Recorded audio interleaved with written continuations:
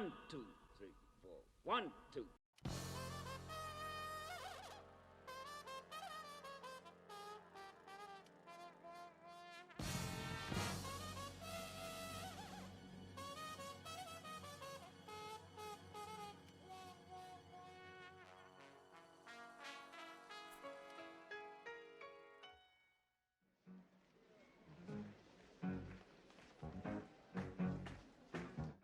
Pippin, Chicago, all that jazz.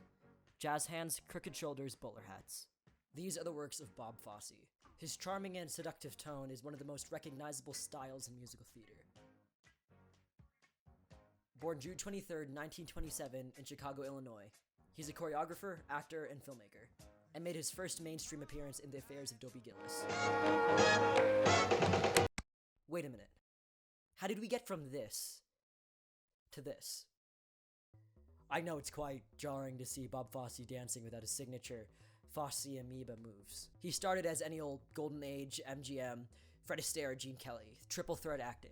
But then in 1954, he was approached by Jerome Robbins and George Abbott to choreograph the Pajama Game. The Pajama Game is the game I'm in, and I'm proud to be in the Pajama Game. And it was a hit. Critics saying it was real theater, superbly done. It ran over 1,000 performances, it opened in 2 different countries, and it even got a revival in 2006. It put Bob Fosse on the map. This was his first job on Broadway choreographing, and he proceeded to win his first of one of his 8 Tonys. It was one of the first shows to introduce his classic inward side shuffling and Fred Astaire-like use of props. He then proceeded to work on Damn Yankees, but we cannot talk about Bob Fosse without talking about Gwen Verdon. Verdon was one of the most important people to Fosse. Here's them at the Tonys. Ladies and gentlemen, Gwen Verdon and Bob Fosse. And sometimes, if you're very lucky, you can find someone who dances it better than you ever dreamed it. For me, that someone was Miss Verdon.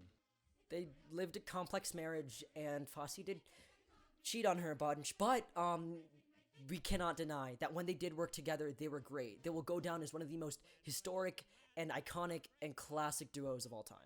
And all of this success proceeded to give Fosse the boost and recognition and funding to produce hit after hit after hit. He directed his second feature film ever in 1972, Cabaret, and then won the Oscar for Best Director over Francis Ford Coppola. You know, the guy that made The Godfather? Yeah, it's not that big of a deal.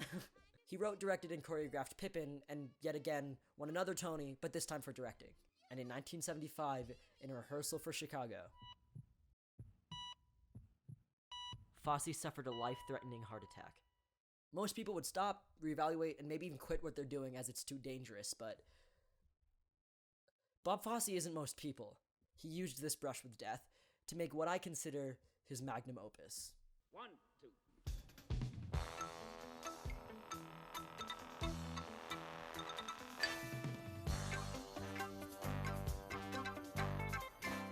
This Fellini-inspired semi-autobiographical film is the culmination of all of Bob Fosse's works and his strengths. Cabaret's personal and grand presentation? Check. His signature Fosse amoeba choreography? Check. Stanley Kubrick even said it was, and I quote, "the best movie I think I've ever seen." Fosse won the Palme d'Or at Cannes, and it won 4 of its 9 nominations at the Academy Awards. Bob Fosse has left a grand legacy for all cinephiles and theater kids around the world. His work has been inducted into the Criterion Collection. An 8-part mini-series was made about him called Fosse Verdon and premiered on FX in April of last year. Bob Fosse is forever immortalized in his works, whether that be a throwaway line in Mean Girls or a parody sketch on SNL. Although he is not living anymore, his work will forever persist. Well, I tell you, I think anybody who makes movies, and this is going to sound a little strange, but I think there is a reach to live a little longer after you die. You know, it's like leaving something behind that people can always remember you by. So I think people who make movies or write books or anything like that, there is a stretch for immortality, yes.